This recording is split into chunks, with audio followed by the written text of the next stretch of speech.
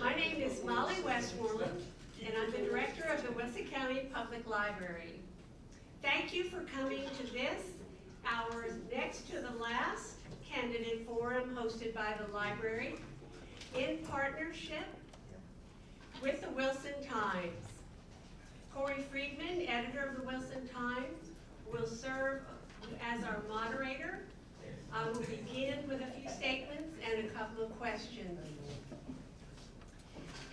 I want to first of all thank our candidate for being here because I know what a busy time it is, and you must be spending a lot of time on the road, and I bet you're about ready to take a rest.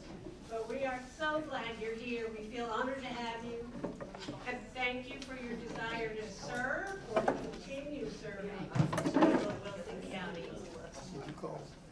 Every year, public libraries across the country celebrate National Voter Registration Day by hosting events that encourage citizens to register and to vote in our elections.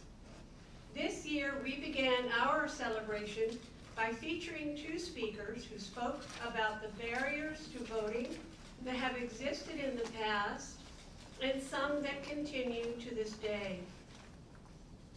Their message was clear. Voting is vitally important to our future, the future of our communities, and the future of our country. Local elections are particularly important and have the greatest potential impact on our daily lives. Tonight, we will have an opportunity to listen and learn from the candidates in contested races. We invite you to ask questions by writing them down and submitting them to our panel, or by raising your hand to have them collected by the panel. Questions will be reviewed by our panel and submitted to the moderator to ask the candidates. This is a nonpartisan event. Candidates from both parties, as well as independent candidates, have been invited to each event. Some were and will not be able to attend due to prior commitments, which in no way reflects upon their commitment to the citizens of Wilson County. This is an opportunity to engage in civil discourse, and so we ask that you refrain from demonstrating your approval or disapproval of what you hear tonight. And we ask the same of our candidates. Our goal tonight is to listen and learn with unfailing courtesy and respect for everyone here. As a public library, we have high standards for customer conduct, which are enforced by our customer conduct policy. And finally, some housekeeping. Our bathrooms and water fountains are across the hall. After 8 p.m., you may exit the building directly to the left of the assembly room doors. Don't hesitate to ask our security guard if you need help to your car. Voter registration forms are available at the back if you would like to register to vote, as well as more question forms, pens, clipboards for writing, and information about upcoming events. And we are an official location for collecting voter registration, so if you do decide to register, we will get that to the clerk, to the Board of Elections. I want to thank our candidates once again for coming tonight during what must be a very busy time for you all. And I will begin by asking you each 2 questions. You'll have 2 minutes to respond to each question, and at the end of the evening, you will have 2 minutes for a closing statement. The clock is there at the back. And if you are ready, I'll begin with you, Representative Cooper-Suggs, and I'll ask you the first question. What do you see as some of the issues faced by Wilson County citizens, and what are some of the actions you would take to address these issues? Thank you so much. It's a pleasure to be here this afternoon, this evening. some of the issues that I see facing Wilson County citizens, number one, is rising cost of families, particularly in regards to food as well as health care. Also investing in our public schools. We realize and families see, and we've seen in the past, that inflation continues to hurt our families. When a head of cabbage costs $3.95, we know that that's too expensive, so therefore, something must be done about that. We also realize that within our public school system, that our state support, the state support for our students, have continued to decline in regards to our public education. And that's what we must work on, is continuing to decline, leaving a large gap. And how are our students affected? Our students are affected because we don't have the tax base here in Wilson County, because our tax base is much lower than that in Charlotte and other areas. How else might our students be affected? They are affected because of mental illness. We realize that there's a problem. We realize that we cannot hire counselors as necessary. We realize that we can't hire school nurses because our funding is being redirected into another area. So yes, those are some of the areas. But not only that, Medicaid expansion. Another area that I see that's truly a problem is health care. And by bringing billions of dollars into North Carolina, that would bring jobs. That would help the uninsured persons who worked all of their lives, but yet and still now, one of the other spouses in trouble for what's happening. They cannot afford it, but they are falling between the gaps. So those areas, our families, our healthcare system, as well as an investment in our public schools. Those are some of the major issues I see facing Wilson County and the state of North Carolina. Thank you so much. I'm not sure that microphone is working correctly. Could you all hear her in the back? Yes. Absolutely. They heard you, but let me double check this. I'm not sure. Well, it helps our recording. So this event is being recorded for viewing later. You were very clear, but it will help the quality of the sound on the recording. She's gonna ooch it up just a little bit too.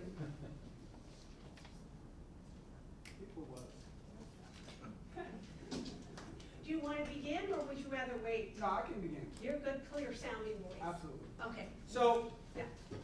recently I had something happen to me that really exemplifies the issues we're facing in this county.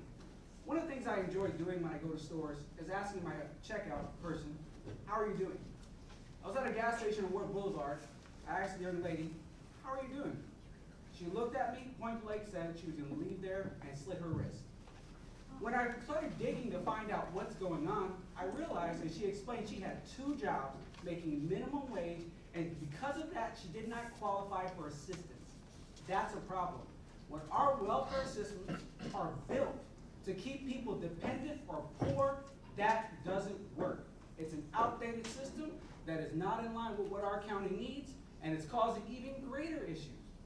Additionally, our welfare system currently incentivizes single-parent homes, whereas if you are married, you will get greatly reduced benefits or none at all. What that causes in Black communities specifically is a cycle where we know single-parent homes and children from those homes have a higher likelihood, 5 times more, of joining gangs, 5 times more likely of being addicted, several times more likely of going to jail. And what's a shame about these things is this is a simple solution at the state level, beginning with acknowledging and changing our outdated social systems. Lastly, when it comes to education specifically, I want to be clear. The problem with our education system is not the students. They will rise to the expectations we give them. It's not the teachers. They have the best training in the world. That's why people come here to get trained. The problem with our education system is red tape a mile long that ties the hand of teachers, and then we give them the blame for something they can accomplish, and we didn't help them accomplish it. I know this as a teacher. These are some of the things we need to change now. Thank you, Mr. Fontenot. Do you mind passing the microphone to Senator Fitch? So Senator Fitch, I'll ask you the same question. What do you see as some issues faced by Wilson County citizens, and what are some of the actions you would take to address those issues? Thank you very much, and thank you for the forum. The issues that are important and are facing our citizens are the same, be it a Democratic resolution or a Republican resolution. The thing that we do is we fight over stuff that are not Democratic issues or Republican issues, they're people issues. The problem that is affecting us today is the high cost based off of inflation. We know how to fix it, it's whether or not we have the will to do something. When you're talking about your education, I was talking when I first came back into this library today and the way it used to be and the way it is today, and in a lot of situations, we probably were a little better off under an old system than we are today. People don't like to hear that, but that is the truth of the matter. And so, if you put into these children the opportunity to be able to prosper and grow, I agree that they will rise to the occasion. So I would encourage us to do the right thing, stop some of the bickering that we do in Raleigh, realizing where the cleavage is on the federal level as opposed to the state level. There are some things that us in the state, we can do, but we're driven by a system that none of the folks who make those decisions are here in this room tonight. Those are federal decisions that are being made by other individuals. Thank you, Senator. And Mr. Newton, same question. What are some of the issues faced by Wilson County citizens, and what actions would you take? Sure. Thank you. Thank you again for hosting this. I hope everybody can hear me okay.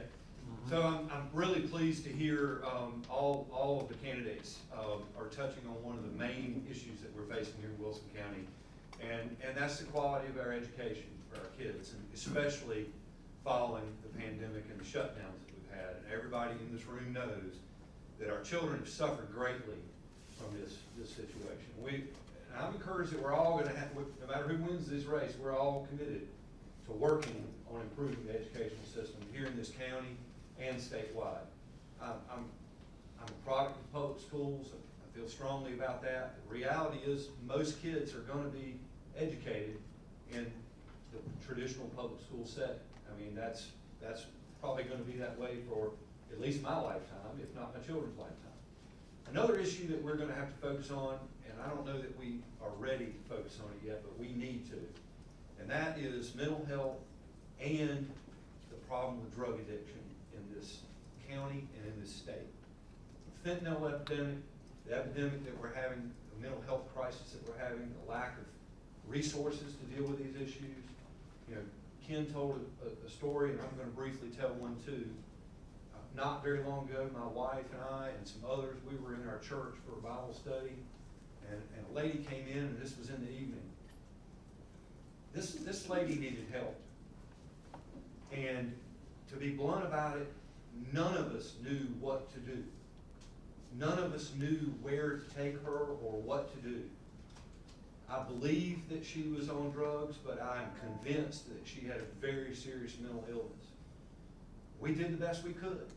But when we're going to see more and more and more of this in Wilson County, and this state has got to wake up and realize it, and if we're going to do Medicaid expansion, if that's going to happen, this has to be a significant component of that.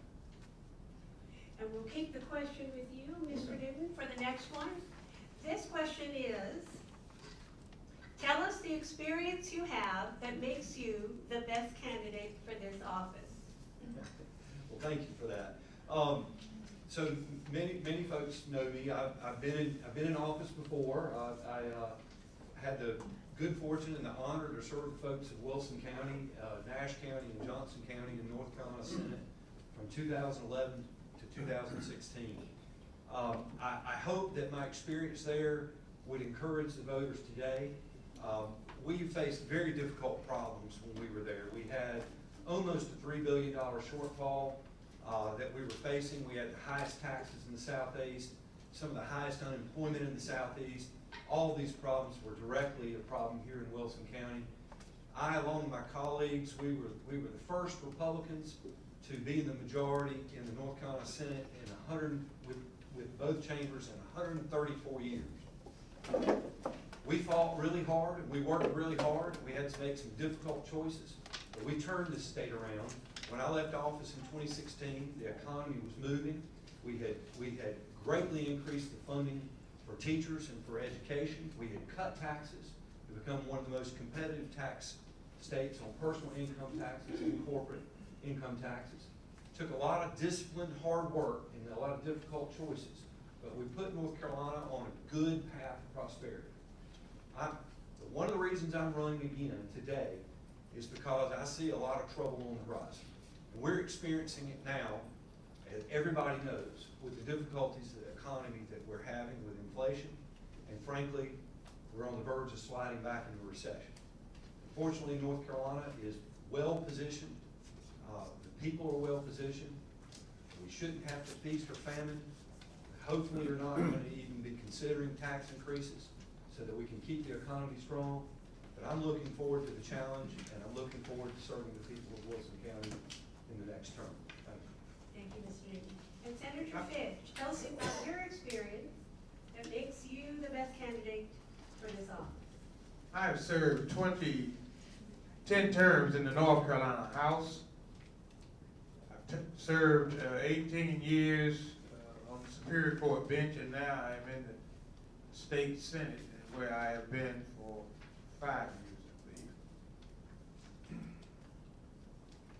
I believe. I hear my friend and former colleague about where we are going. A lot of these things we just aren't taking a handle to. Yes, we were out of school for a while with COVID.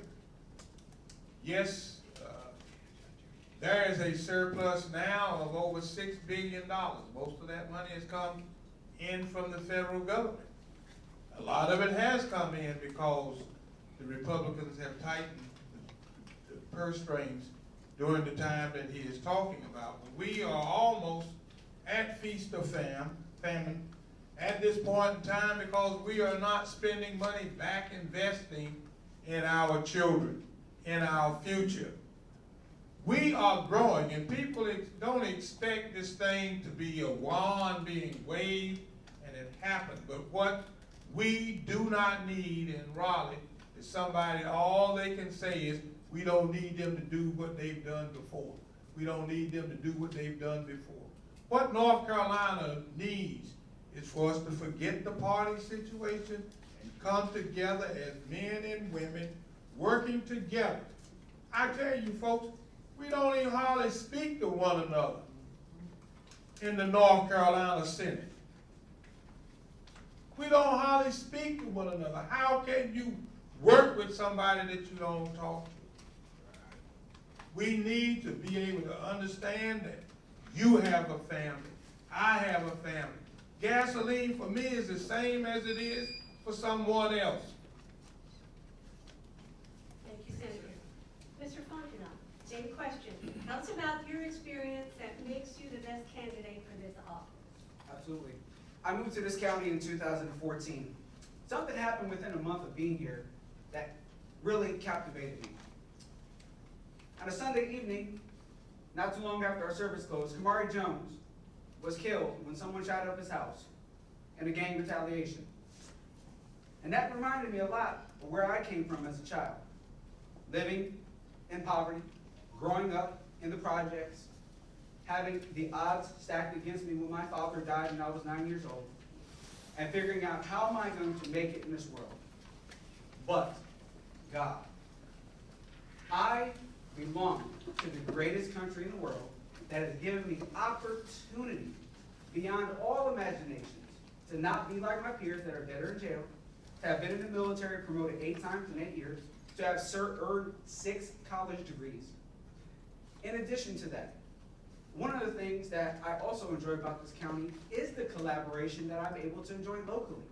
Mayor Stevens and I have worked on many initiatives, along with some of my other Democratic brethren like Dante Chestnut, Alicia Wilson-Melvin, because this is a people issue. It is not a right-wing or left-wing issue, and I wholeheartedly believe that, and you could check my record from the Wilson Times starting in 2014 to this day, that I have worked across the aisle. I have a record proving that, and I will continue to do so. And above all, I am the qualified candidate because my heart is on fire for this county, this state, these people. I have been in the homes of my students who have parents perish by drugs or car accidents. I have seen and had students that have died by gang violence. I will not rest until we see substantial change in this county. That's where I'm the best candidate. Thank you, Mr. Fontenot. And Representative Cooper-Suggs, same question. Thank you so much. My experiences started in Sampson County. Mom, dad, 6 brothers, 4-room house. Mom taught us, and mom and dad taught us to have strong work ethics and a belief in God. North Carolina A&T State University, BS degree, 3.5 years, magna cum laude. Came to Wilson, North Carolina as a home economics teacher, then family consumer sciences is our new name, career and technical education. Went to East Carolina University for a master's. Became the first national board certified teacher in Wilson County. But not only that, the first year that they opened the area, the certification for career and technical education, I was on board. Yes, I'm a hard worker, I'm a single mom. So I know what it's like when you cannot afford to make the ends meet within your family. I know what it's like whenever parents and children, others are telling me that they feel left out. I know what it's like as a high school teacher, working to make sure that all children felt important within a classroom setting. But not only that, moving them to another level. I was not the classroom teacher that stayed within the school. My students participated at the district level, the regional level, the state, and we went to the national meetings because I knew that Wilson County students needed that type of exposure. My heart has never changed. I serve as a deacon in my church. I know who he is, and I'm going to continue to believe in him. But the important thing is that I work well with people. I work with my colleagues across the aisle who sponsor bills together. Governor Cooper vetoed it, but that's all right. I work with my agencies here like East North Carolina School for the Deaf. I know what we're doing. I understand the hearts of people. I know what it's like when children do not have anything. Thank you. Thank you so much. And now I'll encourage the audience to continue to write questions as I invite Corey Friedman to take over as moderator. And I'm so glad that you're here, Corey. Welcome. Thank you so much. And don't forget, ask those questions, and we'll pick them up for you, and Corey will ask. Thank you. Oh, thank you. Good evening to our lively audience and to all of our candidates. Thank you for being here with us this evening. We have a good selection of audience questions already, so we're just going to go ahead and get started and see how many questions we can get to. We've got some good thought-provoking, challenging queries for our candidates. So it looks like the microphone is with Representative Cooper-Suggs. Your question is, if a recession occurs next year, what measures would you support to counter the economic downturn, e.g. extended unemployment payments? If the inflation continued next year, If a recession occurs next year, what would I support to support? counter the economic downturn? You know something? Whenever the federal government sent us the unemployment benefits, and in the legislature, the Republicans, wanted to stop the $300 that members were receiving, not realizing that was keeping families alive.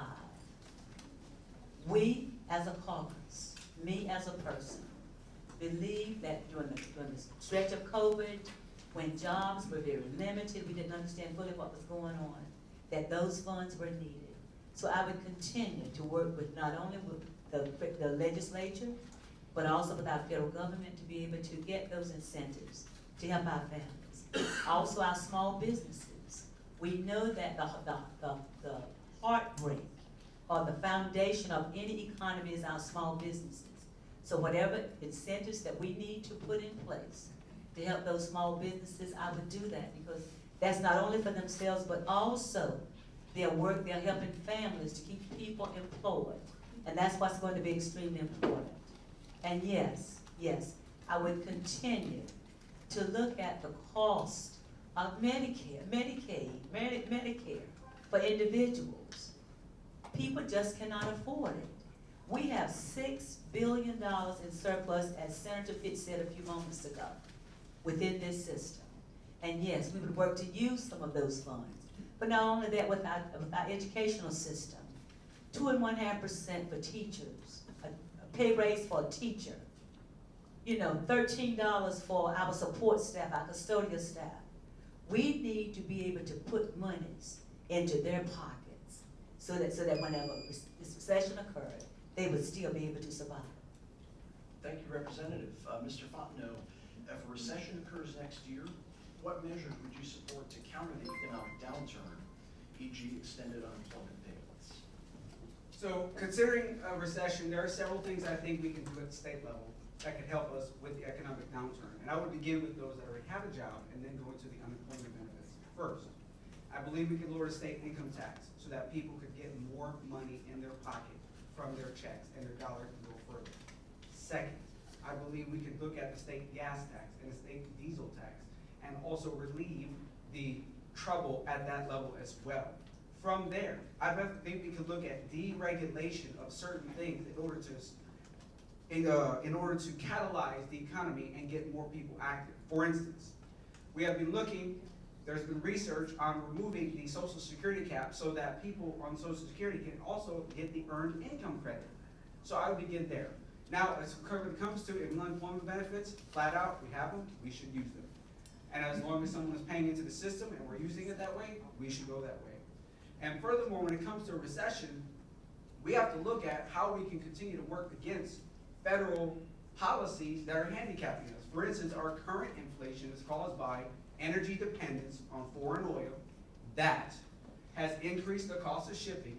That has also increased the cost of products. That you and I now must pay. The same groceries that I paid $200 for last year now cost me $400. So the question for North Carolina is how can we continue to combat that at the state level? What I gave you is just a cursory example, but we can go deeper, we can go further, and we must go deeper and further in order to help North Carolinians prosper and make it through poor federal decisions that we're left with a bag. Fortunately, I believe we can as a state, and I believe we will, should we see that.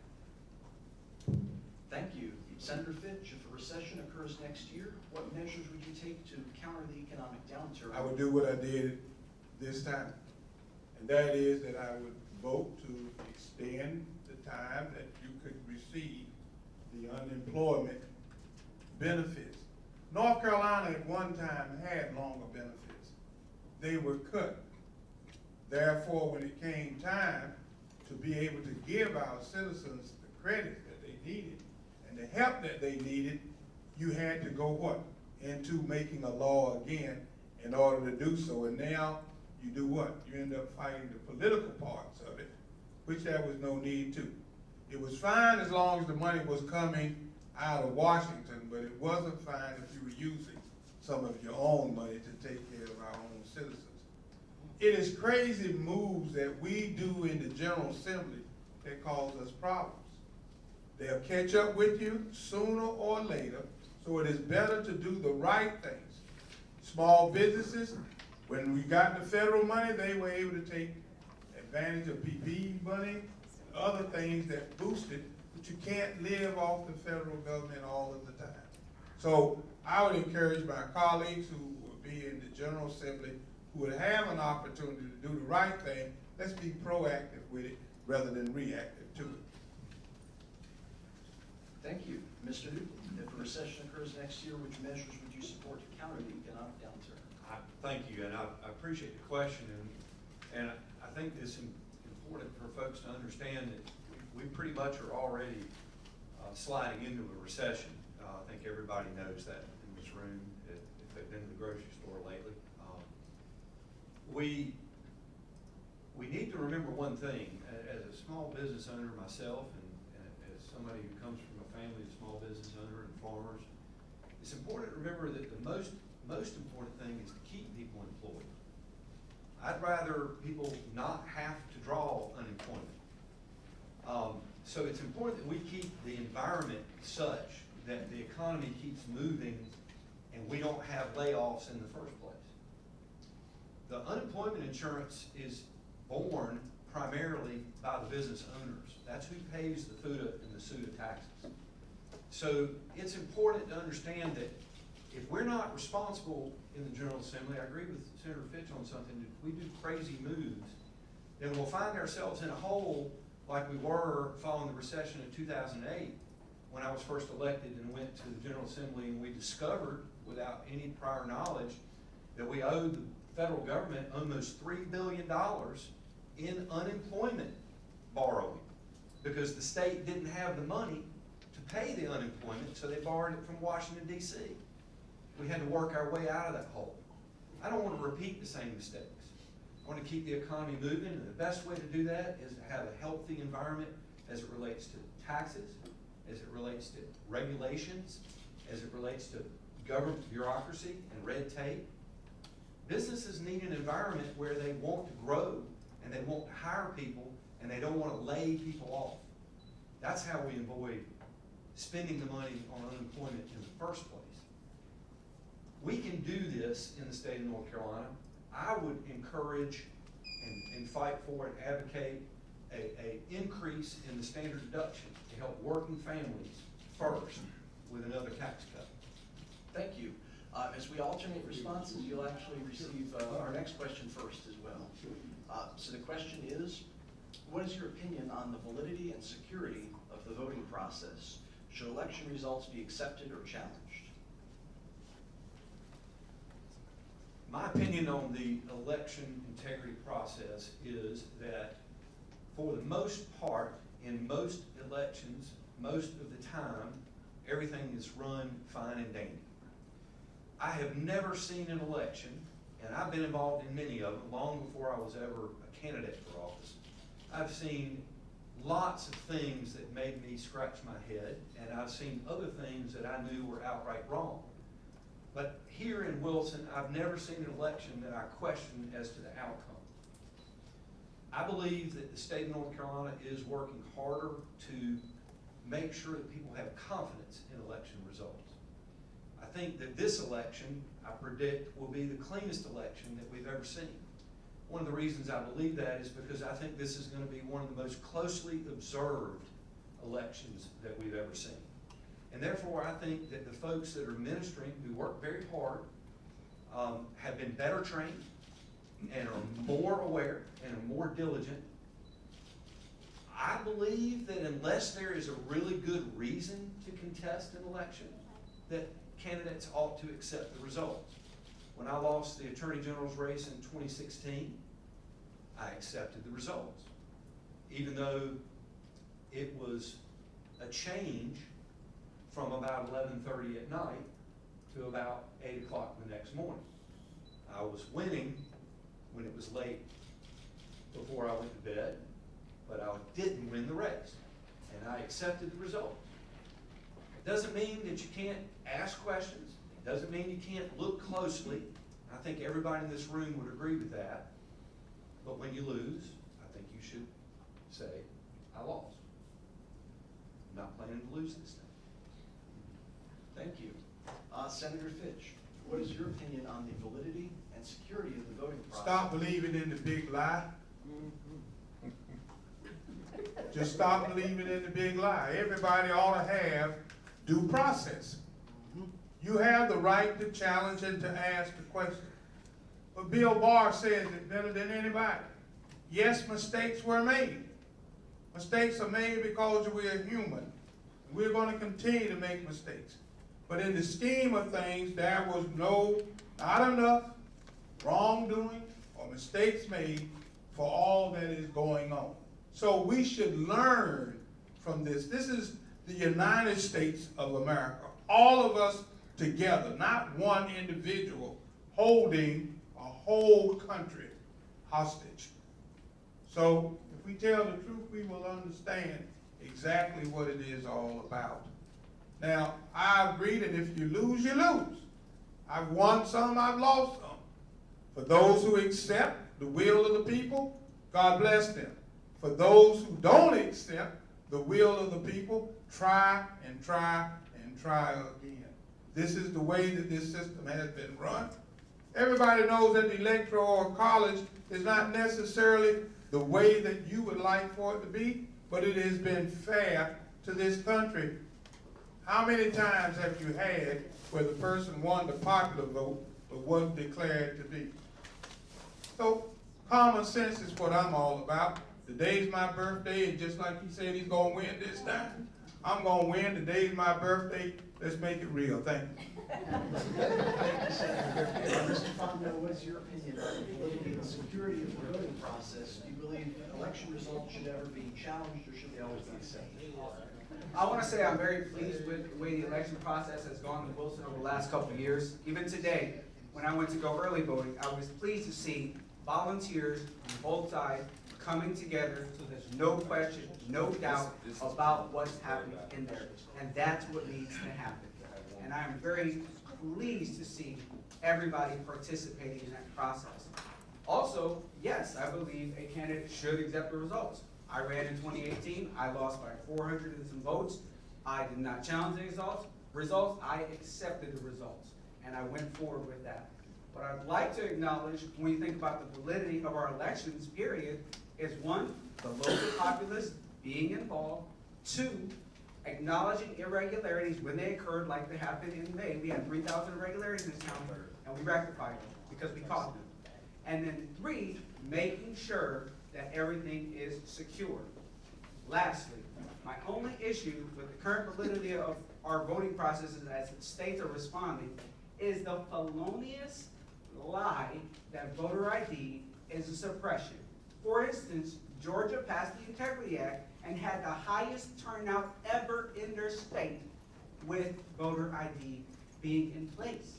To tell me that African Americans who require ID to get a library card, require ID to get social services, require ID to go to get kids in school, and it should be required ID, can't get an ID to vote, I find that insulting. I've never had an ID. I've never not had an ID. I have church members who have never not had an ID. We can rise to whatever standard, and I want to say Europe has some of the same verifications. If they don't have IDs, they have indelible ink so that you can't vote more than once. I'm simply saying that when we look at that, we don't need to play the race card on trying to make it as secure as possible.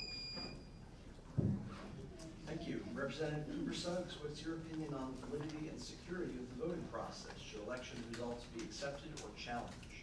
I think due process is always important.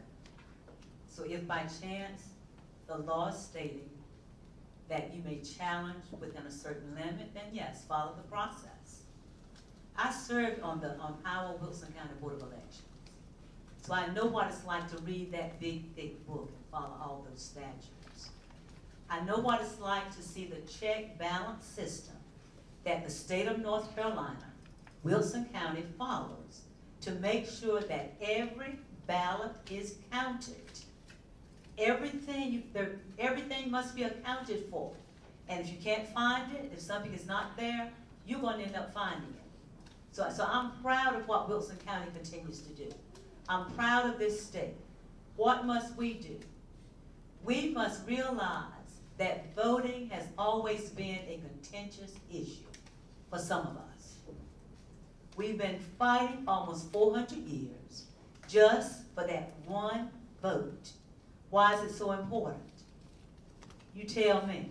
Because it determines who's going to be sitting in those seats. So therefore, let's let our democratic process follow suit. If you win, you win. If you lose by a small margin, then therefore due process, follow the guidelines, and do whatever you must do. But let me tell you something.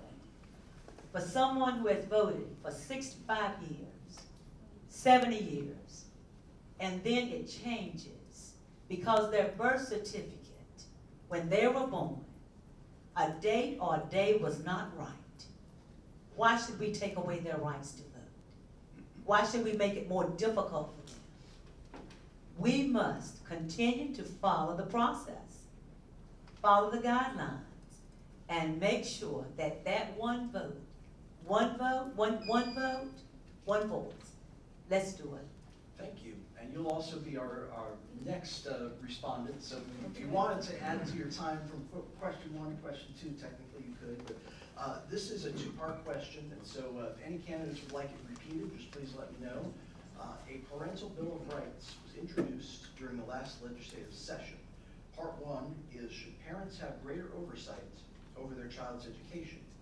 Part 2, should schools be involved with teaching children about controversial topics such as sexual orientation and gender identity? I am a classroom teacher. I taught for over 30 years. And I knew that the curriculum was clearly established. But not only did I know that the curriculum was clearly established, I served on state board curriculum teams. And I knew that during a 5-year process, it took us 5 years to validate, to prepare, to critique, to be able to go back and validate those questions and answers, to make sure that that curriculum was in place. So yes, so right now, our schools are already, based on our state board, our Department of Public Instruction, our curriculums are already in place. Yes, and they are changed every 5 years. You go through this process based on when I was a classroom teacher. But not only that, so we don't have to go back and reinvent the wheel. How do I feel about teachers and what they teach?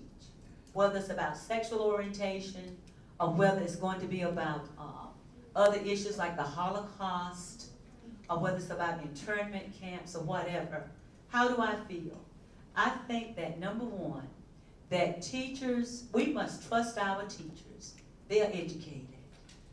Not only do they receive content within their program area, but we also receive the psychology courses, the courses that deal with sociology, that helps us to understand and be a better teacher. We are not trying to indoctrinate any children. We are trying to go in there, and we know that we must, number one, teach the content first, but we must also take that child from where he or she is, working with our parents. We must move them to another level so that they will feel truly good and empowered to be able to learn any and everything, feel good about what they're doing, about who they are as individuals. Thank you. Mr. Fontenot, a parental bill of rights was introduced during the last legislative session. Number 1, should parents have greater oversight over their child's education? And part 2 is, should schools be involved with teaching children about controversial topics such as sexual orientation and gender identity? First, absolutely positively, parents should have oversight over their children's education. Public schools are to serve the public, meaning they should have public approval for what they're doing. Next, reading, writing, arithmetic. Those are what we send kids to school to come away with.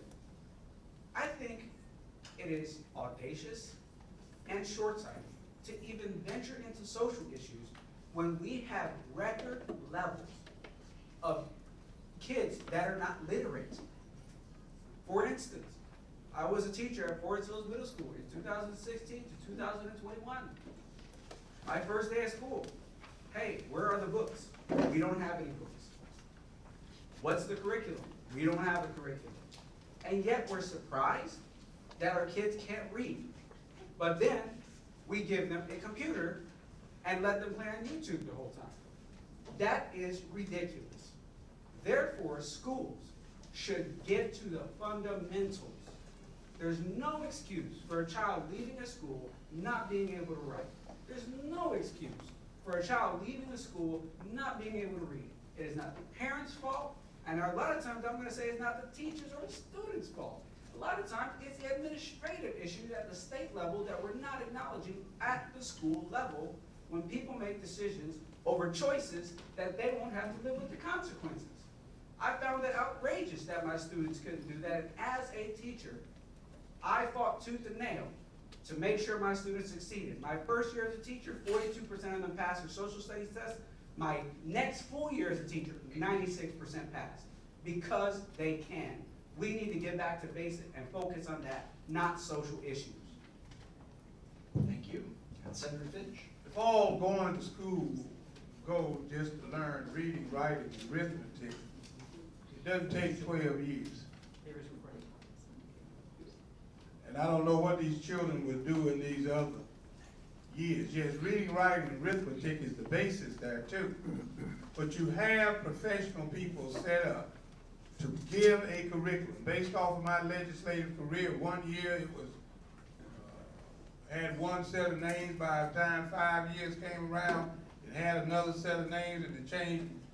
During my years in the House, there must have been 5 different curriculum changes. And if you have a curriculum, that curriculum is taught out of a plan that has been given or should have been given in advance. The teacher, like everybody else, can't do all the things that we are asking teachers to do. It's almost like your children may be broken. You send them to school to fix them, and there are no tools to fix them. So we really have to look at that. And when you talk about the teaching part of sexual orientation, I think the parents have a role in what is taught. But if you have a basic core curriculum as it pertains to those things that are taught in school, and you have choices now as to how you educate, whether it's in the public school system, the charter school system, the private school system, the voucher school system. So you're already now, as you have in the past, always picked and choose. But the conflict does not always come from those within that particular system. It usually comes from the outside of that particular system. Thank you, Senator. Mr. Newton. Look, I was born and raised here in Wilson, and Mom was a teacher, and in-law was my mother-in-law was a principal, and you know, I think everybody in this room had probably great teachers. I had a lot of them. Had some teachers that weren't so great. I think common sense answer to this question more than anything. Parents, of course, have the ultimate responsibility, the ultimate say-so over their children's education. If there's anybody that disagrees with me on that, we're just going to have to agree to disagree. I'm always going to stand with parents about having the final say on their children's education. As far as controversial topics, it's kind of a mix there. I think that what common sense says is that whatever the curriculum is ought to be age appropriate. I don't want kindergartners or third graders. I wouldn't want my daughter or my sons, when they were in kindergarten or third grade, learning about some of the controversial social, sexual orientation issues that our society is so focused on these days. I think that's common sense. I think that when kids are in high school, if they've learned how to read, if they've learned how to write, if they've learned how to do their math and their algebra, and they've learned their science, I think it's understandable and correct that there should be more adult and controversial subjects that should be taught. For example, we must examine our history. We must examine the Holocaust. We ought to be examining the race riot that occurred down in Wilmington. That ought to be part of the curriculum. I would never say that we should hide from teaching truth. That's what common sense is. Our children should be taught the truth, and it should be at the appropriate age. Thank you, Senator. You received the first response to our next question. Go ahead. And the question is, what is your position on state laws regarding abortion? If you support it, to what extent? Example, what number of weeks? Exceptions for rape, incest, and life of the mother, etc. I get to go first. I know that God creates life, and life begins at conception. And I also know that not everybody agrees with me about that. But I am strongly pro-life. I'm going to always advocate and fight as hard as I can to convince people that life begins at conception. I want to help foster a culture that respects life, that holds life to be precious, because it is.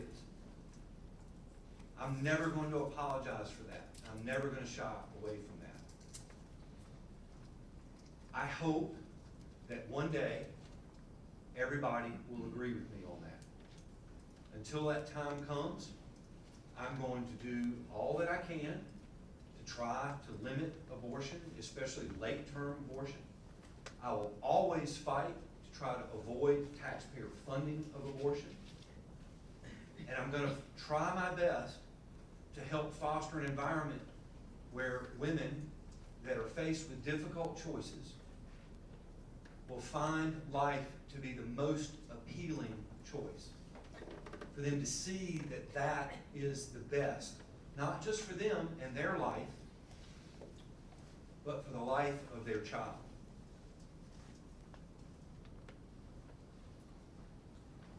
Senator Fitch, What was your question? what is your position on state laws regarding abortion? If you support it, to what extent? Example, which number of weeks, or exceptions for rape, incest, and health of the mother, etc. There should be exceptions for rape, incest, protection of the mother. Abortion is not anything new. You had abortion in biblical times. Every so often it comes around. I thought we had what was a reasonable situation with Roe v. Wade. The court saw it different. I believe that we followed the court. So that situation is now passed. The decision to terminate that life, as Senator Newton said, starts with conception, should be a decision made by the mother, consultation with the physician, respecting God. Those are the only ones that ought to make that decision. If you find a program that exists such that it stops that, what you do is you open abortion in the alley, where coat hangers come back, and you find situations where not only the child, but the mother and all are at risk. So it needs to be not a knee-jerk reaction. It's not a matter of what one person's religious preferences are over someone else's, but there certainly ought to be a bailout, and I am not competent to tell you at what month.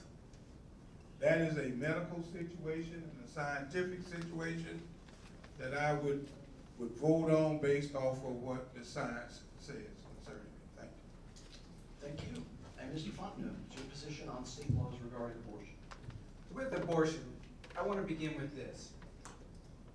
The founder of Planned Parenthood, Margaret Sanger, is historically verified to be a white supremacist that surmised abortion can be one of the tools to decimate the black race.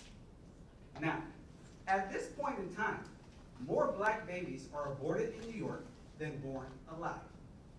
African Americans make about 10 to 13% of the US population, yet we have a range of 30 to 50% of abortions. Now, we have an increase of mental health issues, and we all acknowledge this room. Have any of us considered that we've been discovering part of that is abortion regret? That someone at 10, 12, 13 years old made a decision that as an adult haunts them. As if we treat abortion as if it's just some issue of life or death. And it's much more than that. You have the trauma of the decision, and then the trauma that follows when you start thinking about that at later age. And not just the women, but how about fathers that wonder what their child would be like? So, therefore, I don't want to simplify something so complex. And I want to be clear. As an African American, I'm going to represent all, but I fail to see how this at all benefits the black community or America.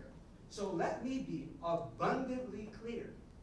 Life begins at conception. 6 weeks ban from myself, positively, absolutely, because children are our future. Barack Obama started as a baby. Frederick Douglass started as a baby. Ben Carson started as a baby, and so did everybody in this room. Thank you, sir. Representative Cooper-Suggs, your position on state laws regarding abortion. Roe versus Wade made it very clear 50 years ago that a woman had the right to be able to make one of the most intimate and personal decisions that she could ever make. Not without thinking, not without feeling. It's her decision. It should not be legislators telling them what to do.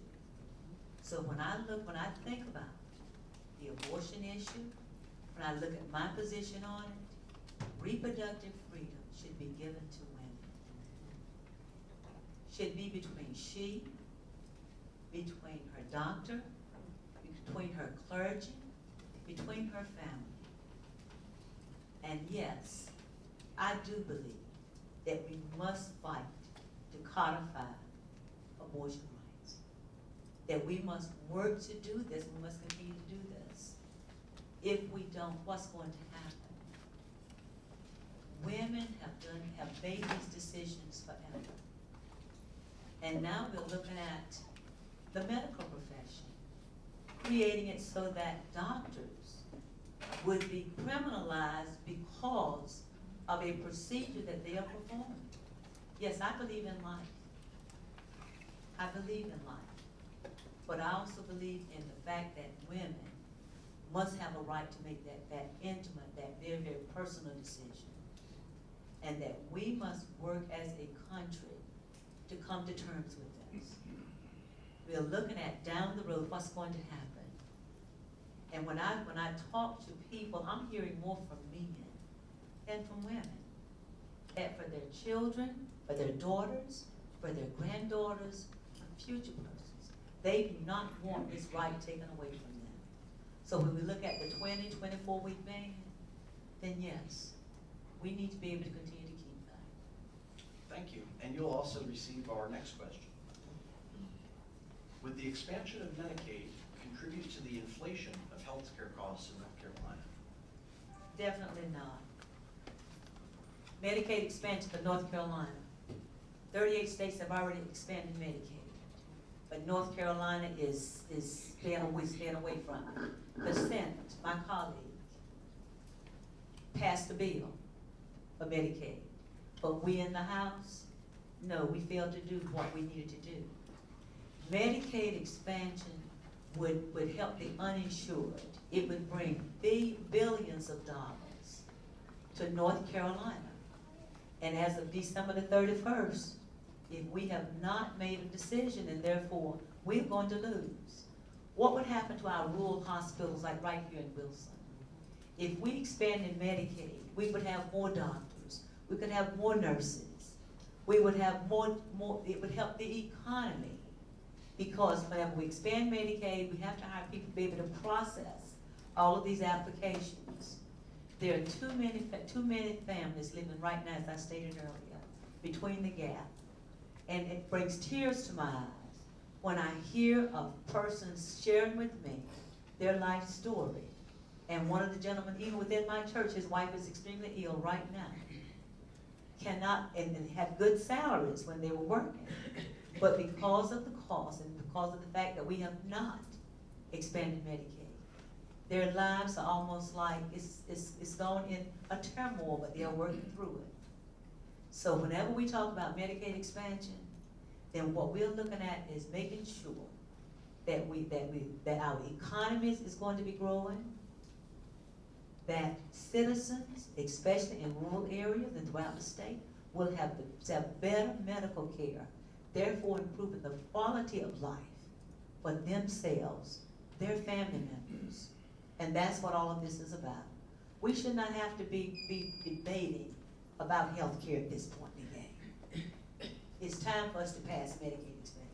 Thank you, Representative. Mr. Fontenot, do you believe the expansion of Medicaid would contribute to the inflation of healthcare costs in North Carolina? Yes, it would. For instance, we were told with the Affordable Care Act, prescription drug costs would not go up. I have 3 children. When I bought amoxicillin before that, $5.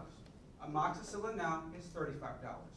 And everyone in this room knows you have paid increased price of prescriptions. So yes, it would cause inflation. That is proven to be true economically. Furthermore, we talk about Medicaid expansion like it's a magic pill. For instance, we were just told that if we expanded, we would hire people, more people. That's not true. We have to be able to have a pipeline that develops more people that are actually available for the job. For instance, Canada has a completely federalized social system, yet you have to wait months at times for basic procedures. If you don't believe me, ask a Canadian. Britain has a completely federalized medical system, yet you have to wait months because it's backlogged, and everybody's mandated to use that system. I am for improving Medicaid. For instance, I think our prescription prices are outrageous, and we need to make generalized prescriptions available as well as brand name prescriptions.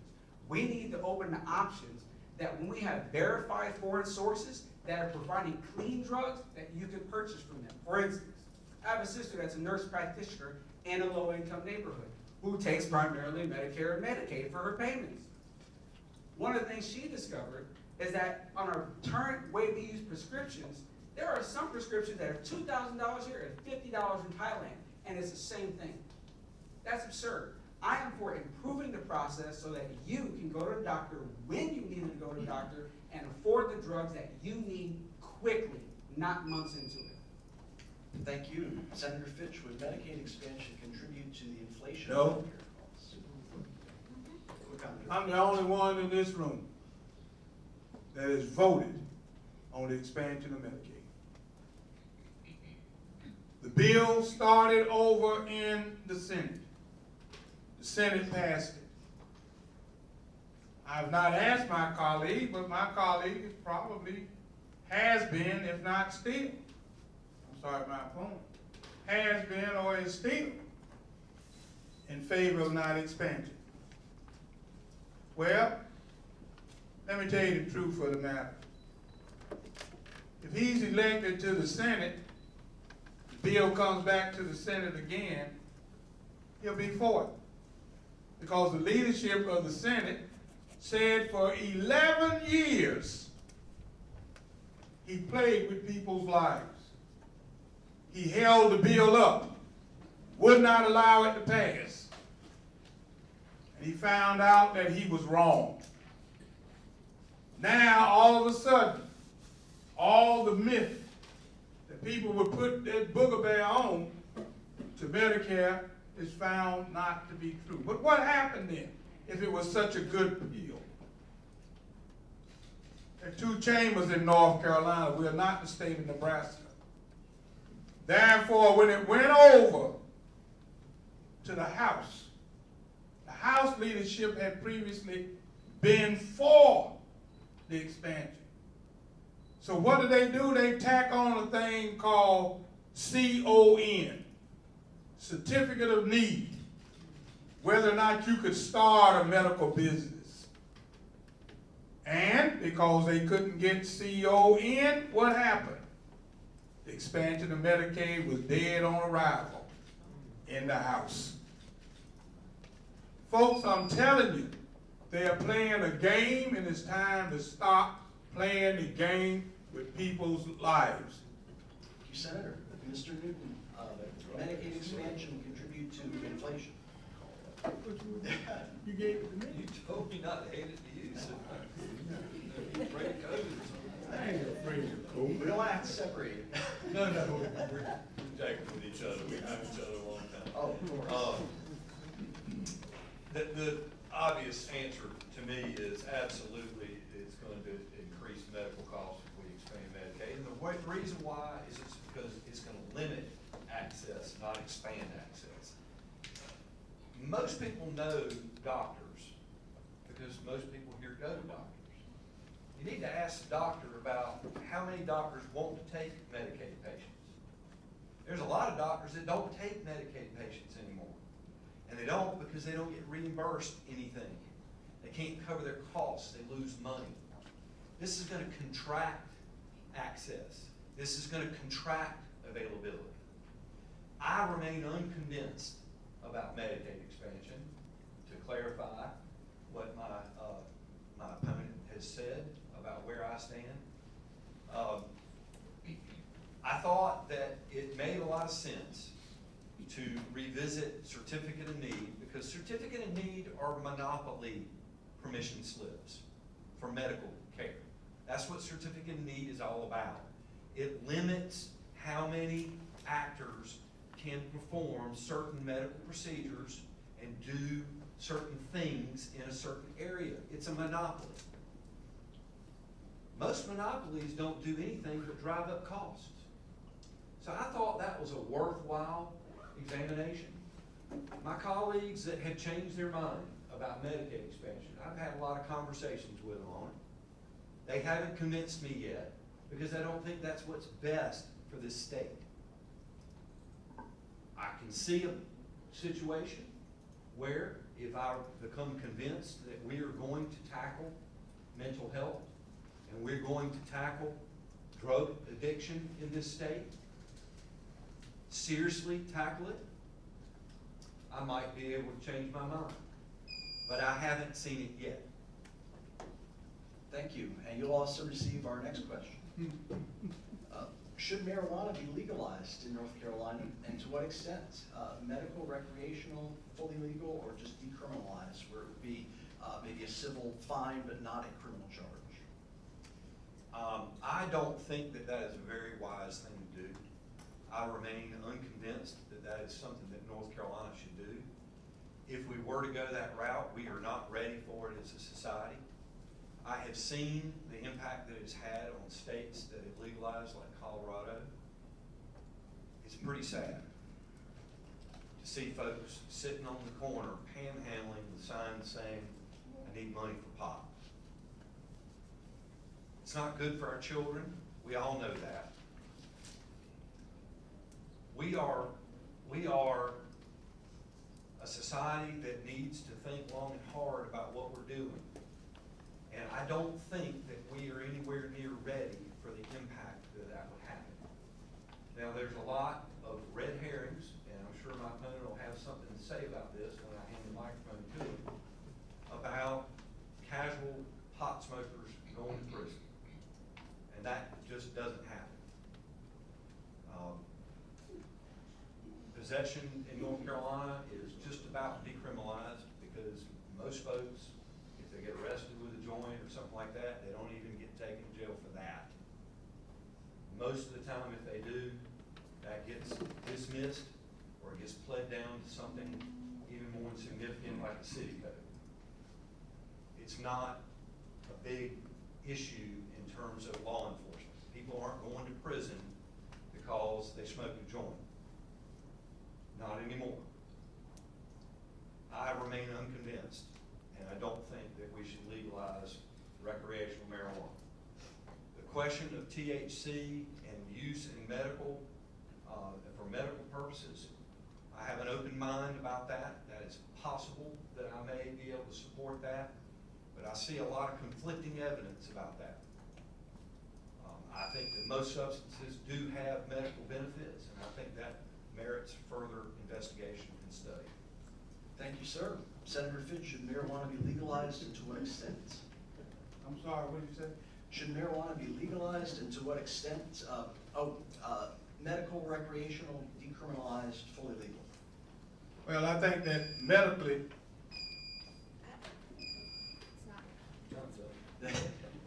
I don't think you received this full time. I think medically that we should pass it.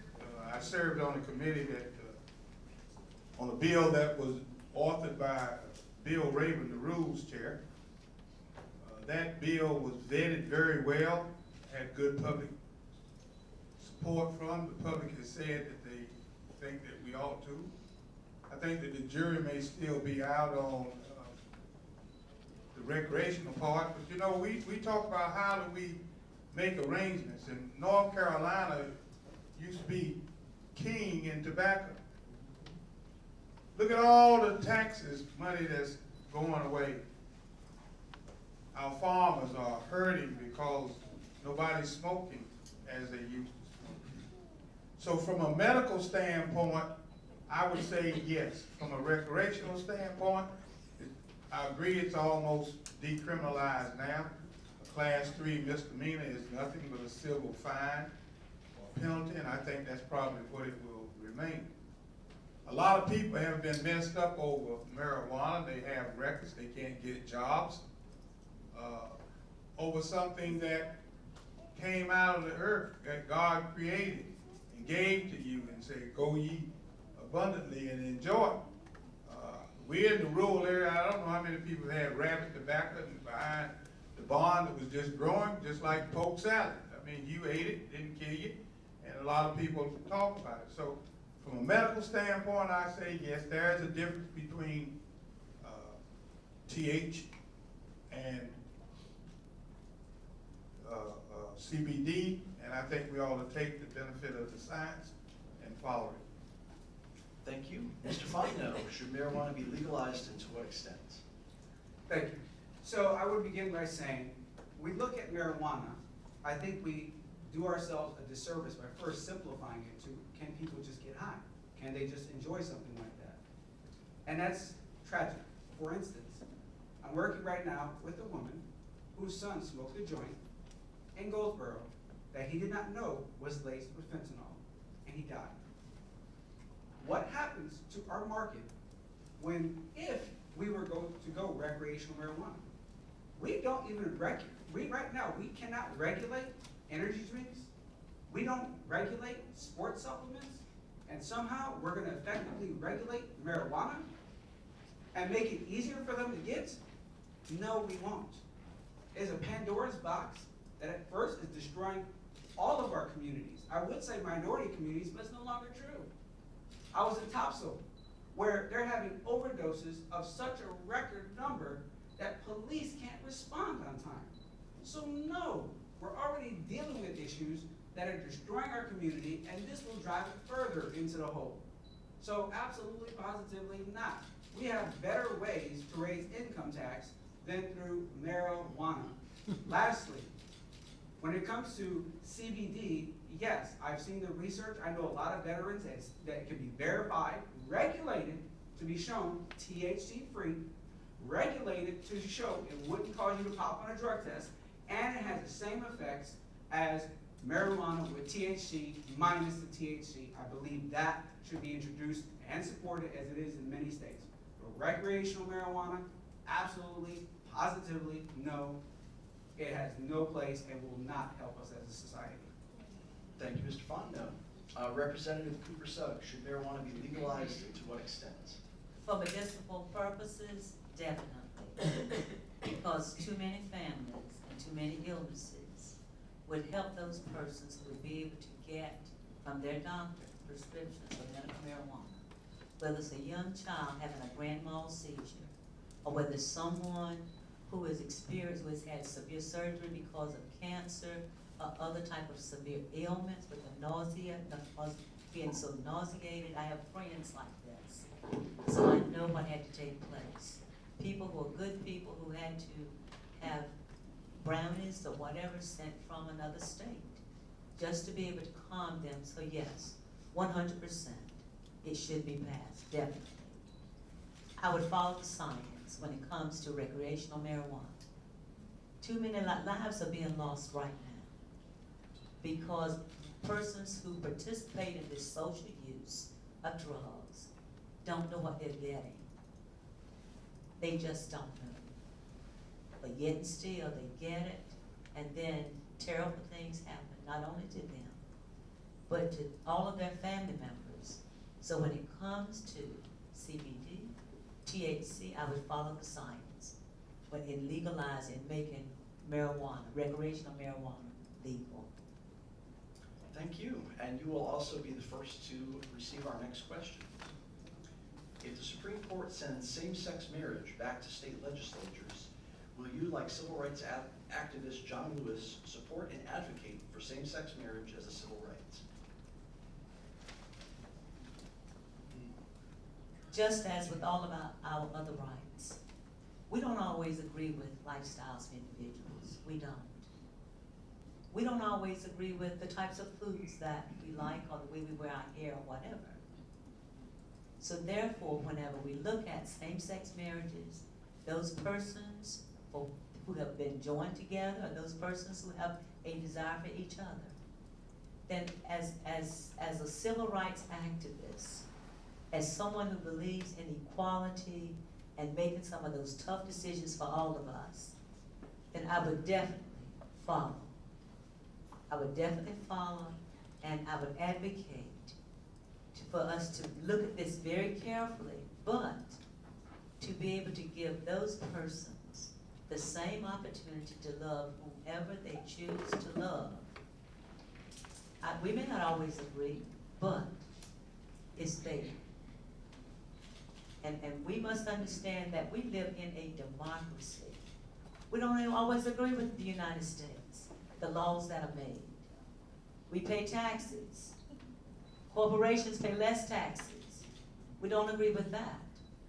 But the point is that we're part of this democracy. And the United States was built on our differences. The diversity that has made us truly exceptional.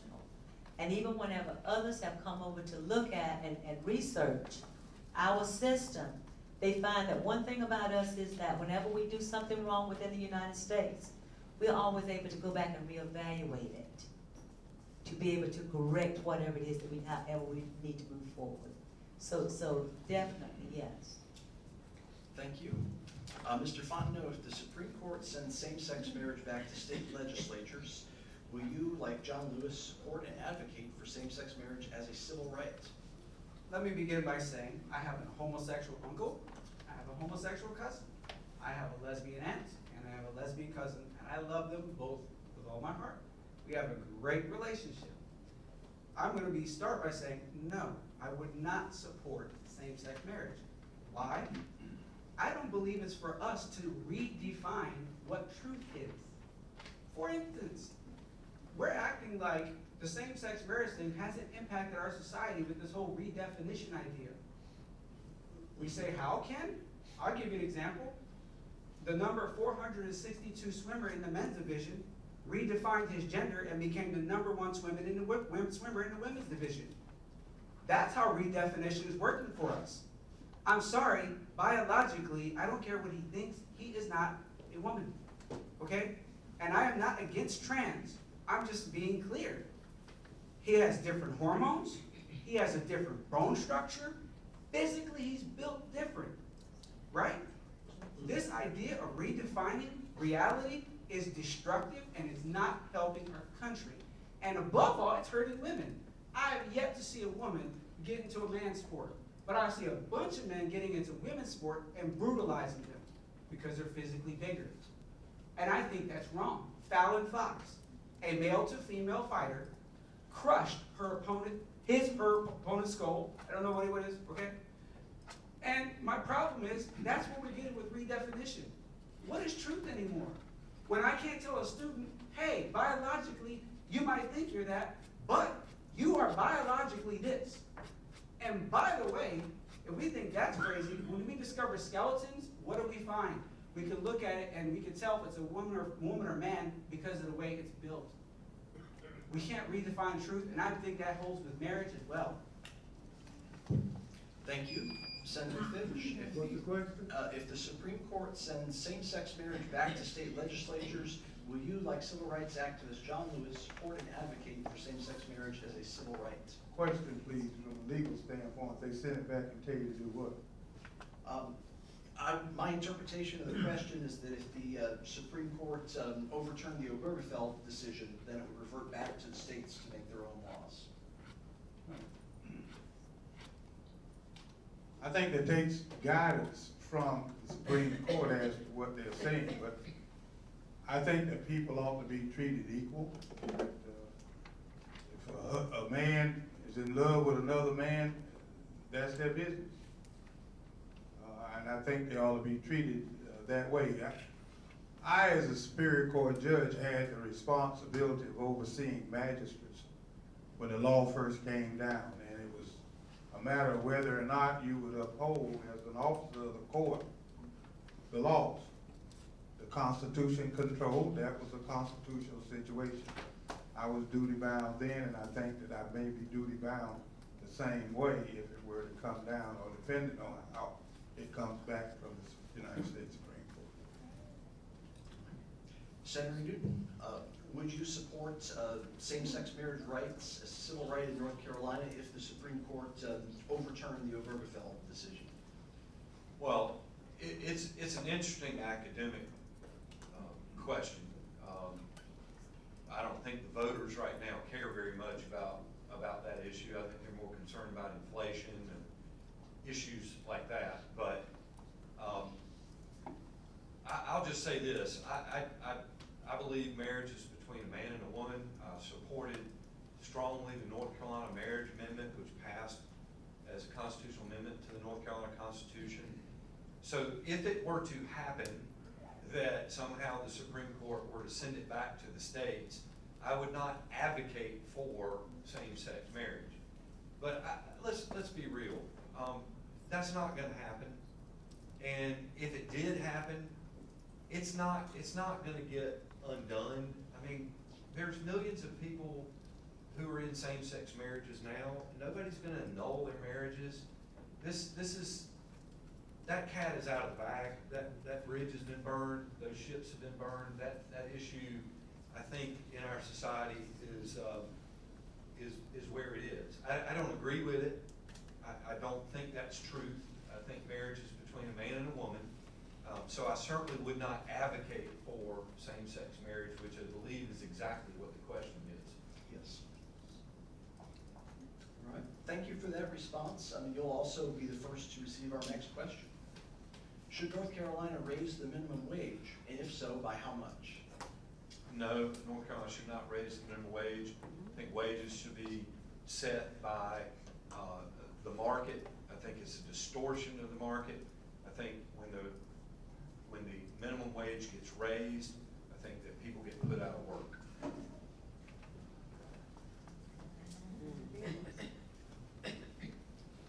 Short and sweet.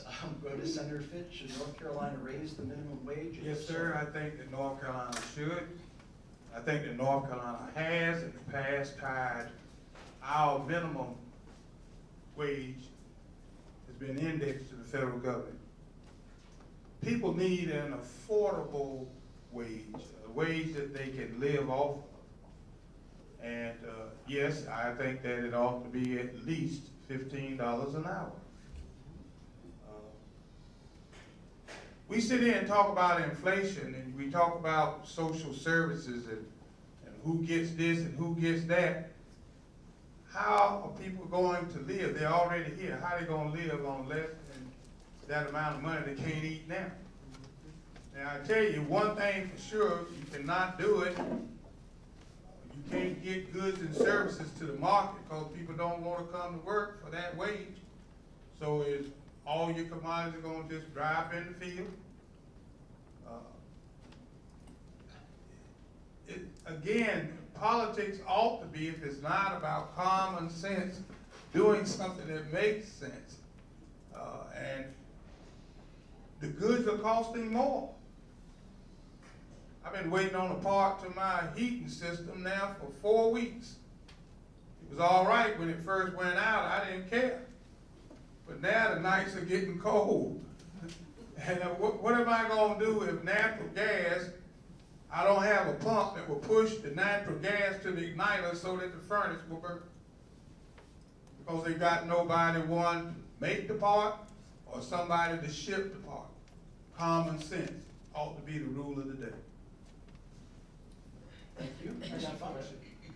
No, I would not support minimum wage, and I certainly do not support $15 an hour minimum wage.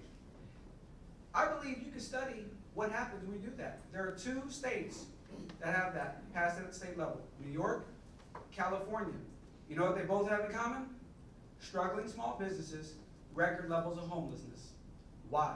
Because when you tell a small business owner he must pay $15 an hour, he has had some hard choices to make, and it's gonna begin with payroll.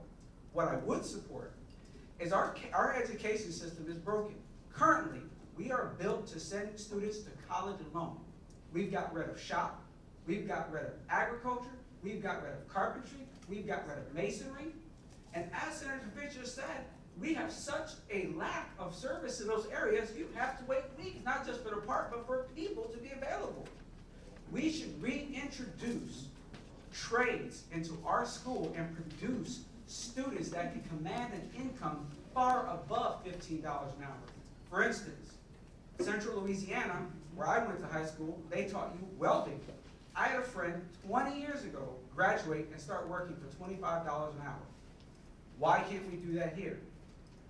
And so instead of artificially manipulating the system, I believe we need to, one, give our students marketable, equitable, powerful skills.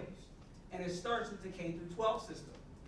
And I believe if we start there, we can produce an economy and a local society where the marginalized can build generational wealth and own their own homes. You ain't gonna do that on $15 an hour anyway. But I believe there's no reason why we can't send kids into this world that can command a powerful income without a college degree, because it's available. Thank you. Representative Cooper-Suggs, should North Carolina raise the minimum wage? If so, by how much? Definitely. It should have been done a long time ago. And we're fighting this issue right now. $15 should be minimal. It should be a livable wage. Because when we have areas such as over by Walmart, persons who live in those apartments who are coming into Wilson, who work in Raleigh, at Apple, which is wonderful. All this is wonderful. It's not only happening to Wilson, but it's happening to other surrounding areas like Burlington. You work in Raleigh, so you're making the money. But yet and still, you want to live on the outskirts in one of the smaller cities. Because our rent is not as expensive. It's affordable, more affordable for you, but it's not for the people who actually live here. That's where the problem is. We live in eastern North Carolina. It's time for us to have a livable wage for persons, our small businesses. We want our small businesses to prosper. And take my word, the monies would be regenerated back into our society. People would continue to purchase items because we go without very little. But yet still, that person who shows up for work every day, that person who has 2 or 3 jobs just to be making $12 an hour or $15 an hour, because they're making $8 here per hour, and then they're making $7.25 or maybe $8 there, but they cannot afford a place to live. And I hear this all the time. Knocking on these doors, I hear calls that come into my office. So yes, we want our small businesses to prosper, and we're going to continue to work to make sure that they do prosper. But in order for us to have a growing economy and for people to improve the quality of life for everyone, then therefore we have to pay people to go to work. Because you want an employee who's going to be, I'm going to stop, Corey, an employee who's going to remain with you. All right, thank you, Representative. You will also receive our next question. The Government Transparency Act was a bill that would expand the public records law and require government agencies to disclose the reasons why their employees are disciplined. And that will be reintroduced in the long session of 2023. Last year, the bill died due to opposition from Democrats, even though Governor Cooper had personally introduced a nearly identical bill when he served in the Senate. I will say in the interest of full disclosure that the North Carolina Press Association is supporting the bill, and of course, as an employee of the Wilson Times, I am a member of the NCPA. But I do want to ask the question just on its own. Do you believe the citizens of our state should have the right to know when workers paid with tax dollars are punished for misconduct on the job? Honestly, I really think that we have to follow. We have to look at all the logistics behind it. And I say that because sometimes when someone is going when someone is fired or someone is disciplined, then therefore that may be a personnel issue. So therefore, I just wanna make sure that we follow all the guidelines that we need to follow whenever we do this. And yes, we've had conversations before about this. So I know that it's important to a lot of people, but to others, we still need to do the research on it. We truly do. Thank you. Mr. Fontenot? I got it. You got it. So, in this county, if you're arrested, you end up on a website, and everybody knows what you did. Why should that change for a government official? As someone who was in the military, who saw people disciplined, and it was public, I find it offensive that we would have the audacity to say the public should not know why people are disciplined. You know, as an African American, we have record numbers of arrests, and everybody knows why. We all know who did it. Should that change for government officials? Absolutely not. That is not a privilege. You know, whether a government official is stealing utilities in Rocky Mount, or whether a government official is not doing what he should be doing, the public should know. That is the bottom line, because again, we as a government servants are paid by you. You are our boss. We don't tell you what to do, you tell us what to do, and that's it. Thank you. I remember the bill last year, and I was torn with the issue. There was some reason that I was one of those Democrats that voted against it. And you did a good job of lobbying me. But there was something that was missing in that bill, and I hate forums that ask those kinds of questions. Because that is not the bill that is in front of me now, so to tell you how I'm going to vote on that bill, I don't know. I will give that bill, as well as I have tried to do with other bills, the scrutiny that it deserves as that specific comes to me, rather than for me to come in front of an audience and say, yeah, I'll go vote for that bill, because I ain't never gonna do that. Well, I can speak up, but Oh, I think I'm sorry. they want to record us. Senator, the Government Transparency Act. Yeah, I appreciate the question. I don't need 2 minutes to answer it. The taxpayers have the right to know if government officials have been disciplined or fired, the reasons why. We work with them. It's not a hard I haven't read the bill. There could be something that I think might need to be improved. I haven't read this specific bill, but I've generally supported public records transparency, and certainly for accountability for government officials. And I think it's very important. It sounds like a bill that I'm going to look forward to voting for when I get there. Thank you. You'll receive the next response to our next question. And in the interest of time, and because we had so many wonderful audience questions, I'm going to combine two related questions. So you'll still be shorter than one of mine, so that's a good thing. The part one is, do you support public money going to support private schools? And part two is, besides school vouchers, what are ways we can help children who are assigned to failing schools? Well, I think the best way to answer that question is to tackle it from the last question first. We need school choice. We need to expand school choice.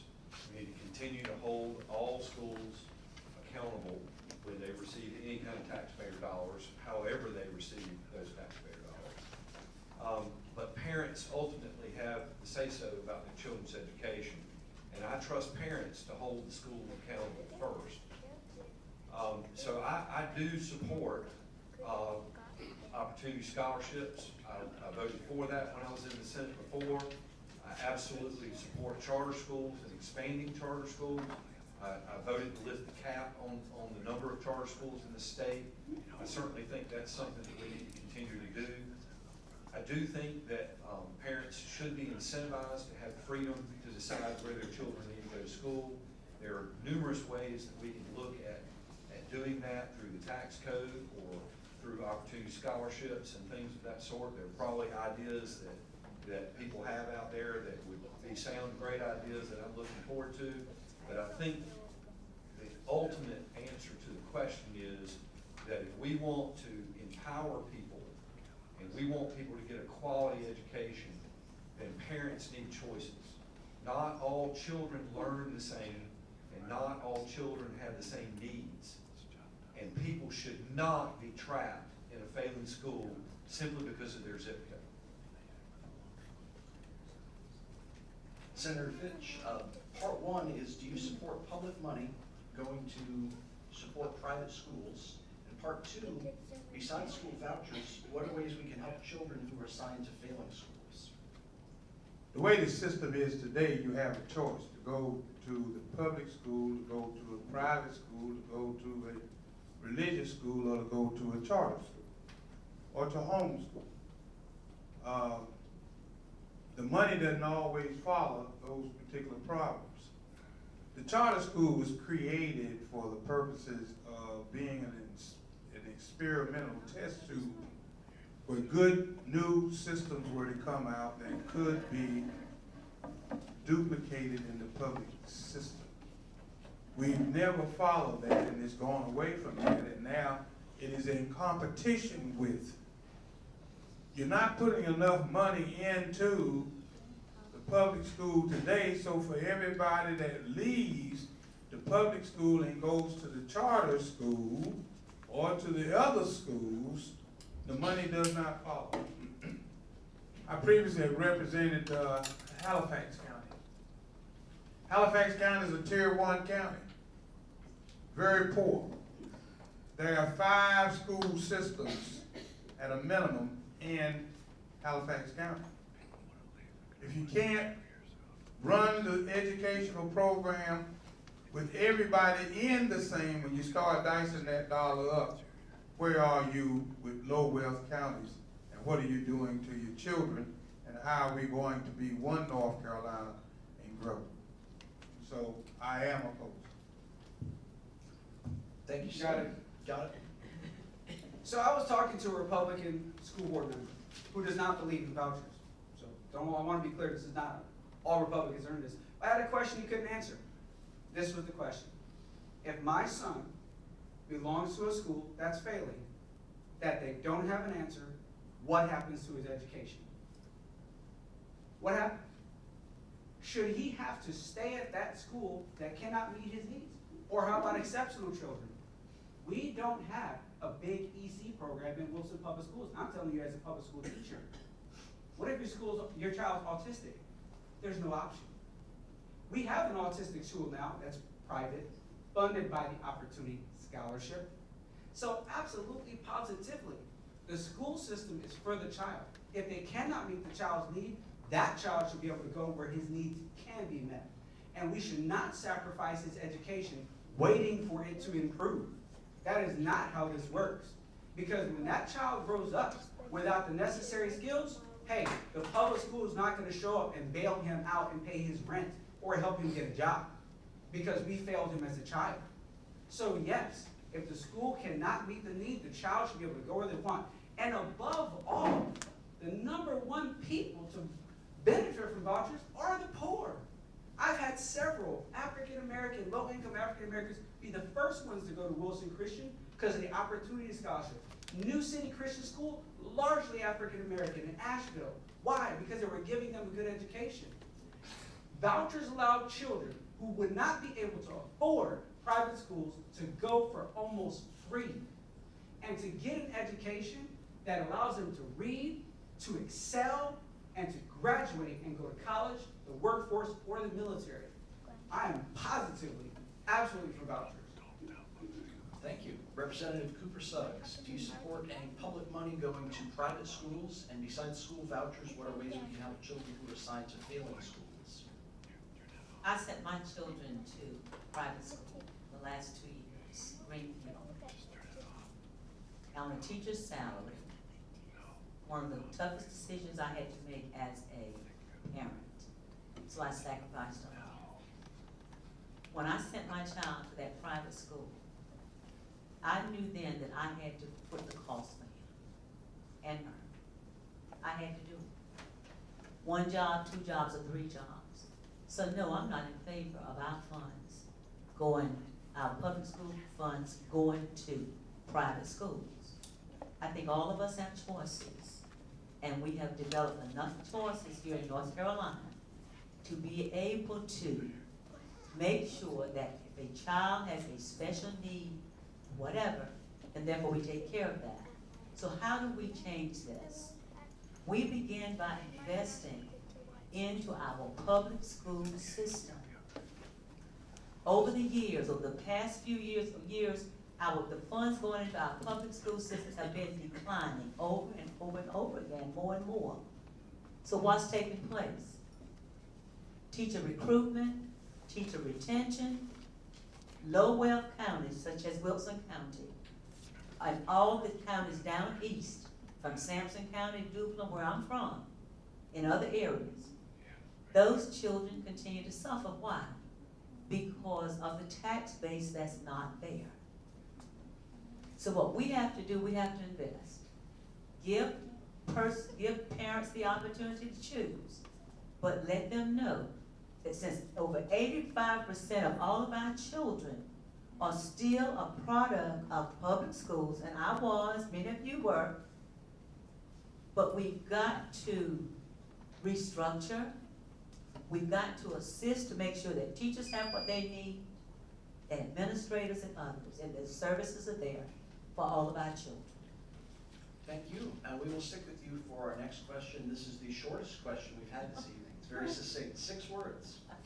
How long should a legislator serve?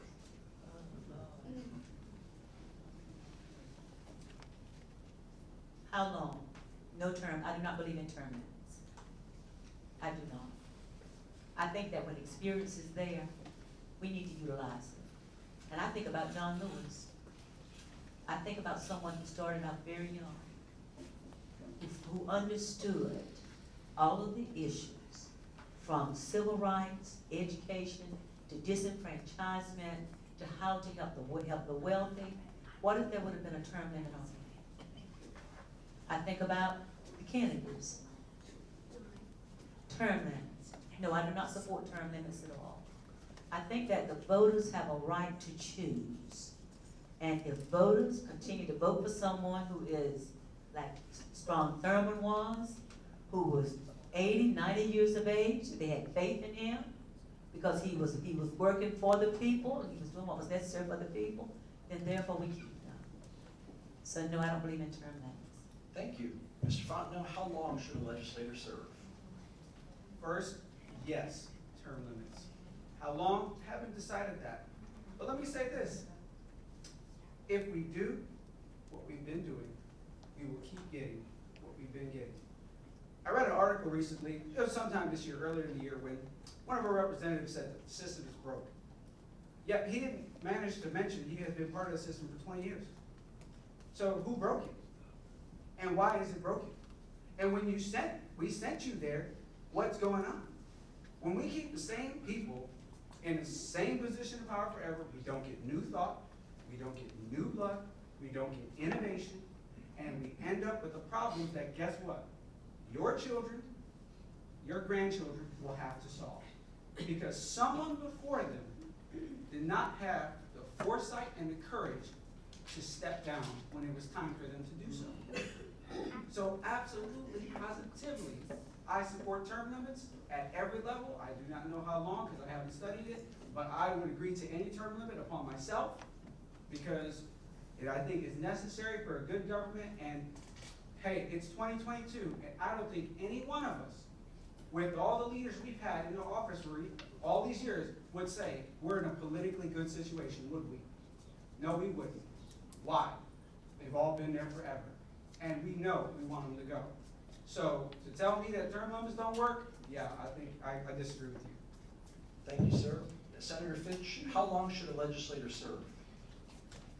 As long as the people keep electing. The most succinct question and the most succinct answer. Senator, Mr. Newton, how long should a legislator serve? You know, ironically, I was looking at back at when I was first elected, when I was in office before in 2011. We have these composites, everybody's picture, and I was looking at the composite at all the folks that I used to serve with back then, and quite frankly, I was surprised and how many folks have passed. I don't mean just left office, I mean passed. And I was also surprised at how many of them weren't serving anymore, like myself. They weren't serving anymore. We're elected every 2 years here in North Carolina in both chambers, or unelected, whichever it turns out to be. So, you know, I'm not sure about term limits per se, but I think it's healthy for people to come and go. I think there's healthy to have fresh blood. It's one of the reasons why I'm so excited about serving again. I've been out of office for 6 years. It's really changed my perspective about a lot of things. Not my political views or my philosophy, but my perspective and my attitude. And I think it's very healthy for legislators to be out of office for a period of time and for there to be fresh blood. So I'm not sure about term limits. One of the downsides of that and a lot of people don't recognize it. There's pros and cons to everything. But one of the downsides is you put a lot of power in the hands of staff when you have term limits. The folks that work there permanently, and they're not elected, they're hired. And so the elected people should answer to the people and make decisions. So that's something that I think folks should think about if we have a conversation about term limits. But I do think legislators should come and go, maybe 10, 12 years at the most. Well, thank you, and we will stick with you. Our next question is actually our closing statement. So if you would like to take 2 minutes to maybe summarize or just give your takeaway message to the people. Sure. Well, thank you all for being here tonight, and thank you for hosting the forum. I appreciate the opportunity to speak to folks and get asked a lot of good questions, a lot of thought-provoking questions. So I just want folks to know where I'm coming from so that they know what they're voting for or not voting for when they go to the polls if they haven't voted yet. I'm a conservative. I believe in small, limited government. I learned from 6 years of my time that if government is not constantly watched and constantly overseen, government will invade every aspect of your life. They'll take your last dollar and they'll waste it on something that it shouldn't be spent on. Government is necessary. This state government that we have in North Carolina does a lot of very important things for the people. Education being one of the #1 things that we have to worry about. In fact, we spend almost 60% of the state budget on education. So that's just one of the many important things that government must do. But it requires diligent oversight. I will always be looking at government with a critical eye. I will always be looking to see, is it necessary to take your dollar and your dollar and your dollar to fund that project? Is that money being spent wisely? Could we spend it a better way? Do we have to keep doing it the same way we've always been doing it just because that's how they did it 20 and 30 and 40 years ago? Or is there a new way, a better way? I'm asking for your vote and your support because I have the experience to understand what is wrong with government and what is right with government. This is a critical election. I hope folks will think long and hard about who they're voting for. I'm Buck Newton, and I'm asking for your vote. Thank you. Thank you, sir. Senator Fitch, would you like to give your closing statement and your message to the people? Well, government is for the people. It is there for the people to serve them, to be able to answer to the needs and the requests that are required. There's only one way that you can support government, and that is from the people. Our roads, our schools, our way of life exists because of government. We are fortunate in these United States, and more particularly in North Carolina.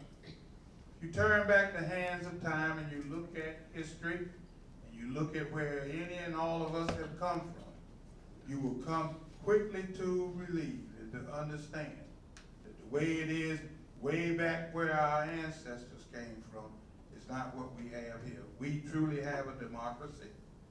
Let's participate in that democracy, and I ask and I encourage you to support and to vote for me.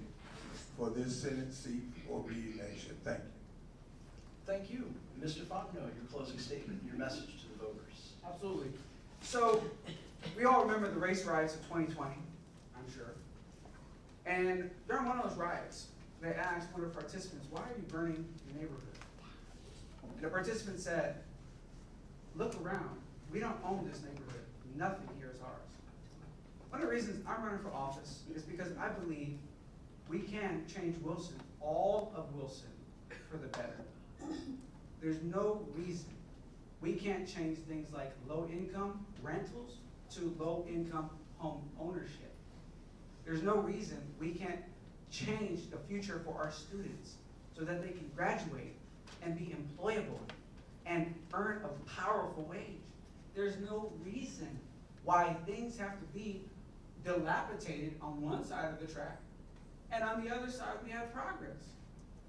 I believe that's absurd. My commitment is this. I will do what I've always been doing. Since I landed in Wilson, I've always worked with government officials, local people, nonprofit, for-profit, and businesses to drive initiatives. The only difference, if elected, would be I'd be going to Raleigh a couple times a week and continuing to do the same. I believe in the future of our nation. I believe we don't have to hate Democrats. We don't have to hate Republicans. That we don't have to hate unaffiliated. That my only way to win is for you to lose. That is absurd, and it's a false dichotomy. I have not run my campaign that way. There are Democrats I would die for. There are Republicans I would do the same, and I think they feel the same about me. I am looking for a generational change away from the divisive garbage we've been handed by our federal government that is beginning to trickle down. And while I will always be clear about what I believe, I will always treat people like they matter. And whether I agree with you or disagree with you, I will never demonize you. Thank you. Representative Cooper-Suggs, would like to share your closing statement and your message to the people. Why should I return to this seat? Why vote for me? Most people want a balanced government that is not too far, that's not far right, that's not far left. Republicans want to win my seat at all costs. And I'm going to be honest with you tonight, you've seen it. They want to have a supermajority in Raleigh. A supermajority that can do whatever it wants and override any veto by Governor Cooper on issues like civil rights, abortions, as well as public safety. A vote for me is a vote for a more balanced government, a more balanced approach to being able to take care of all of our needs within this state. We don't need extreme social policies. We don't. What we need is to focus on what's truly important for Wilson County, what's truly important for this state. And that includes, as we talked about tonight, number one, better schools. We know that an investment in our educational system is the beginning to a new life for so many, and that can be done. And as an educator, I will continue to fight for that. We want to also help families with health care to cut down on the cost of inflation. We want to be able to have it so that every citizen, every person has an equal opportunity. My voice is that voice for you. I've done it all of my life, on both sides, working with people. But we also want to have a safe community, and I'm going to continue to do that. So that's the reason why I want you to vote for Linda Cooper-Suggs for the North Carolina House. Well, thank you for that response. I would like to thank all four of our candidates here at the table, and thank our audience, and I would like to invite everyone to join us next week, same time, same place, Thursday, October the 27th. We will hold our final candidate forum of the 2022 election cycle, and it's the 1st Congressional District, U.S. House, and U.S. Senate candidates have been invited. So you'll all join us next Thursday. Thank you all, and have a good evening. Thank you.